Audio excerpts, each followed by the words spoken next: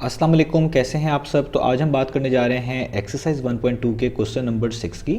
तो मेरे पास एक क्लास 9th मैथमेटिक्स की बुक है साइंस ग्रुप की, और उसका ये चैप्टर नंबर 1 चल रहा है जिसका नाम है मैट्रिसेस एंड डिटर्मिनेंट्स। तो इस चैप्टर से रिलेटेड काफ़ी कंटेंट, काफ़ी सोल्यूशंस मैं अपलोड कर चुका हूँ। मैंने इस चैप्टर के नेम से एक सेपरेट प्लेलिस्ट बनाई हुई है, उसका लिंक नीचे डिस्क्रिप्शन में दिया हुआ है। अगर आप इस चैप्टर से रिलेटेड बाकी सोल्यूशन में इंटरेस्टेड हो तो वो लिंक नीचे डिस्क्रिप्शन में से देख सकते हैं। इसके अलावा भी क्लास 9 से रिलेटेड मैंने काफ़ी कंटेंट कवर किया हुआ है, वो आपको मेरे चैनल के प्लेलिस्ट सेक्शन में मिल जाएगा। और अगर आपके कोई क्वेश्चन या सजेशंस है मेरे वीडियो कंटेंट के हवाले से, तो उसके लिए मैंने एक फेसबुक पेज बनाया हुआ है, उसका लिंक भी डिस्क्रिप्शन में गिवन है। आप उस फेसबुक पेज के थ्रू अपने क्वेश्चंस को, अपने सजेशंस को मुझ तक पहुंचा सकते हैं। तो आइए स्टार्ट करते हैं हम क्वेश्चन नंबर 6 को। तो क्वेश्चन नंबर 6 की स्टेटमेंट आपको सामने नजर आ रही है।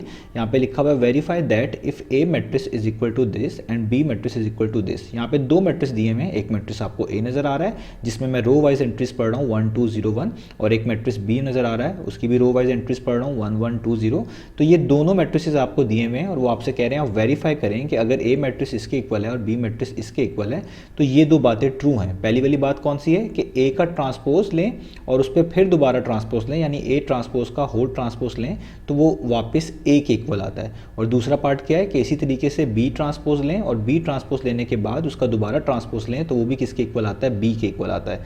ये बेसिकली प्रॉपर्टीज़ हैं जो आपने याद भी रखनी है कि अगर किसी मैट्रिक्स पे दो बार ट्रांसपोज लिया जाए एक ही साथ तो वो वापस अपनी ओरिजिनल शेप में आ जाता है, उसकी ओरिजिनल एंट्रीज वापस आपको उसी शेप पे नजर आती हैं। तो ये दोनों प्रॉपर्टीज को हमने वेरीफाई करके दिखाना है, इसको प्रूव करके दिखाना है। आइए स्टार्ट कर लेते हैं।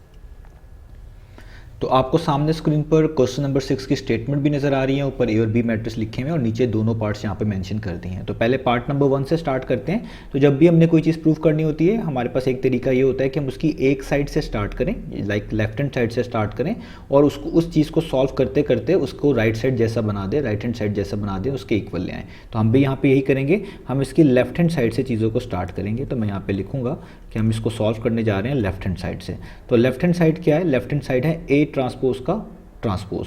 अब देखिए लेफ्ट हैंड साइड के अंदर दो बार ट्रांसपोज आ रहा है, एक आ रहा है ए ट्रांसपोज और उसके बाद दोबारा आ रहा है दोबारा से ट्रांसपोज।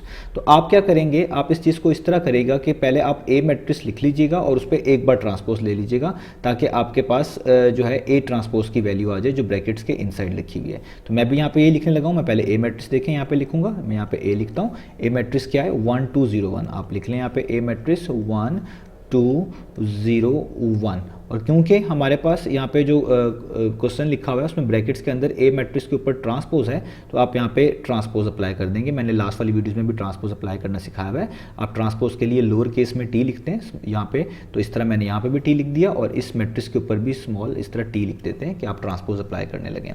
तो जब आप यहाँ पे ए ट्रांसपोज अप्लाई करेंगे तो ए ट्रांसपोज का क्या मतलब होता है कि या तो रोज को कॉलम में बना दें और या फिर कॉलम्स को रोज की फॉर्म में लिख दें। तो दोनों में से कोई एक काम करेंगे तो आपके मैट्रिक्स का ट्रांसपोज आ जाता है। तो मैं यहाँ पे क्या करूँगा, मैं इन दोनों कॉलम को, ये जो 1 और 0 लिखी हुई है पहली कॉलम और 2 और 1 दूसरी कॉलम, इन दोनों को रोज बना दूंगा, इनको रो फॉर्म में लिख दूंगा। तो हम किस तरह लिखेंगे, जो 1 0 लिखा हुआ है इसको मैं लिख दूंगा इस तरीके से। देखिए अब ये मैंने रो में कन्वर्ट कर दिया और जो 2 1 कॉलम लिखा हुआ है इसको भी मैं लिख दूंगा रो में। तो ये मैंने इसको फिर दोबारा रो में कन्वर्ट कर दिया। तो ये हो गया ए ट्रांसपोज। अब आपकी लेफ्ट हैंड साइड में क्या था, लेफ्ट हैंड साइड थी ए ट्रांसपोज का फिर से ट्रांसपोज, यानी आपने एक बार ट्रांसपोज ले लिया है तो अब आपने दोबारा से ट्रांसपोज लेना है और वो चीज़ ए के इक्वल आनी चाहिए। तो एक बार तो मैंने यहाँ पे ले लिया, तो अब आप इस पर दोबारा ट्रांसपोज अप्लाई करेंगे। तो आप लिखेंगे ए ट्रांसपोज और इसके ऊपर ब्रैकेट्स डालेंगे और इसके ऊपर आएगा होल ट्रांसपोज। तो यहाँ पे भी ए ट्रांसपोज तो पहले से आ चुका है, इसके ऊपर दोबारा से ट्रांसपोज आएगा। तो आप यहाँ पे लिखेंगे 1 0 2 1 और यहाँ पे इस तरीके से ये ब्रैकेट्स क्लोज करेंगे और इसके ऊपर फिर से क्या डालेंगे, ट्रांसपोज डालेंगे। अब आपने इसको फिर से सॉल्व करना है। ट्रांसपोज लेने का तरीका मैंने आपको बताया हुआ है, ये चीज़ मैं वैसे ही नोट कर रहा हूँ, यानी ए ट्रांसपोज और इसके ऊपर होल ट्रांसपोज। तो ट्रांसपोज लेने का तरीका ये है कि या तो रोज को कॉलम बना दें या कॉलम को रोज बना दें, कोई एक काम कर लें। तो मैं यहाँ पे कॉलम को रोज बना रहा हूँ। ये पहली वाली कॉलम है 1 2, इसको मैं रो फॉर्म में लिख लेता हूँ, रो वाइज लिख लेता हूँ। तो ये हो जाएगा 1 2 और आगे 0 1 जो है इसको भी मैं रो वाइज लिख लेता हूँ 0 1।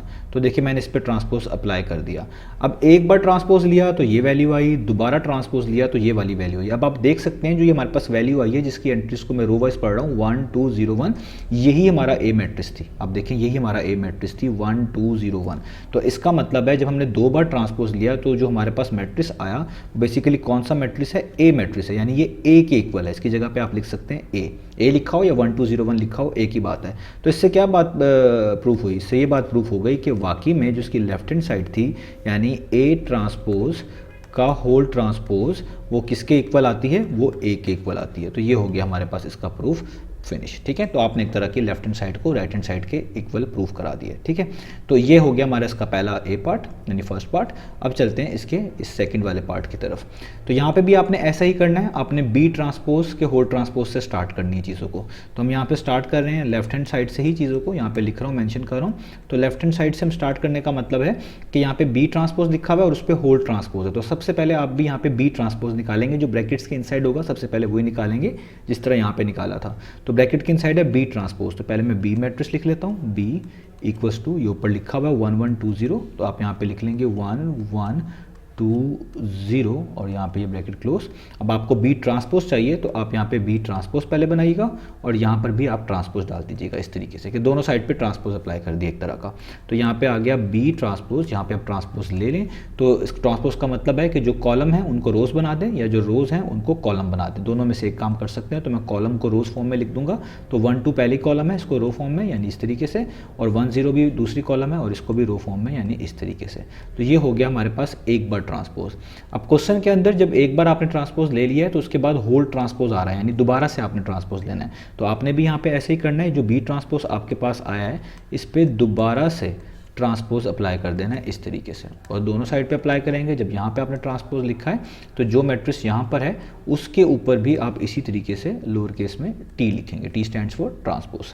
तो अब आप क्या करेंगे, इधर भी ट्रांसपोज अप्लाई कर दें, यहाँ पे तो बी ट्रांसपोज का होल ट्रांसपोज वैसे का वैसे ही आ जाएगा। और इस पर जब आप ट्रांसपोज अप्लाई करेंगे तो मैं इधर भी कॉलम को रोज में बदल रहा हूँ। तो पहली कॉलम 1 1 है तो इसको रो फॉर्म में यानी इस तरह लिख दूंगा, दूसरी कॉलम 2 0 है तो इसको भी रो वाइज लिख दूंगा इस तरीके से। तो आप देखिए जो हमारे पास मैट्रिक्स आया 1 1 2 0 रो वाइज मैंने पढ़ा है इसको, तो ये हमारे पास बी मैट्रिक्स के इक्वल था, बी मैट्रिक्स था 1 1 2 0। तो इसका मतलब है ये जो आपने मैट्रिक्स को फाइंड आउट किया ये है बी। तो हुआ क्या, हुआ ये कि आप लेफ्ट हैंड साइड से चीज़ों को लेके चले, सॉल्व करते चले और आप कहाँ पे पहुँच गए, राइट हैंड साइड पे पहुँच गए, आपकी वैल्यू जो है वो राइट हैंड साइड के इक्वल आ गई। तो इसका मतलब है वाकई में बी ट्रांसपोज का होल ट्रांसपोज भी किसके इक्वल होता है, बी के इक्वल होता है। तो हम यहाँ पे लिख देंगे कि वाकई में जी बी ट्रांसपोज जो है वो किसके इक्वल है, बी ट्रांसपोज का होल ट्रांसपोज बी के इक्वल है। तो ये हो गई दोनों स्टेटमेंट हमारी प्रूफ। तो यही हमने वेरीफाई करके दिखाना था। ये आपने प्रॉपर्टी भी है याद भी रखनी है कि किसी मैट्रिक्स पे अगर आपके पास कोई इस तरह का स्क्वायर मैट्रिक्स हो और उस पर आप 2 दफ़ा ट्रांसपोज लगाएं एक के बाद एक, तो वापस अपनी ओरिजिनल शेप में आ जाता है, ओरिजिनल मैट्रिक्स की फॉर्म में लिखा जा सकता है। तो ये हो गया क्वेश्चन नंबर 6। उम्मीद है आपको चीज़ें समझ आई होंगी। इंशाल्लाह नेक्स्ट वीडियो में मिलेंगे बाकी सोल्यूशंस के साथ।